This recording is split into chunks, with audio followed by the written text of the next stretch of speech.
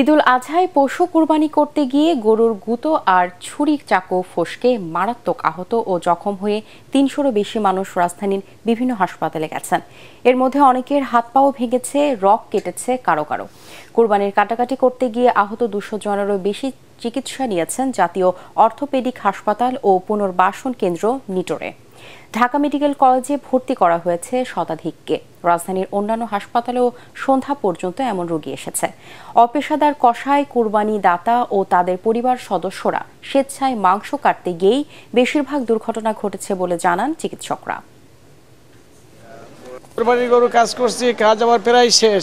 Last মুহূর্তে আমি একটা হাড় সোজা বলে ফাটতে যাইয়া আইসা আমার হাতে পড়ে গেল।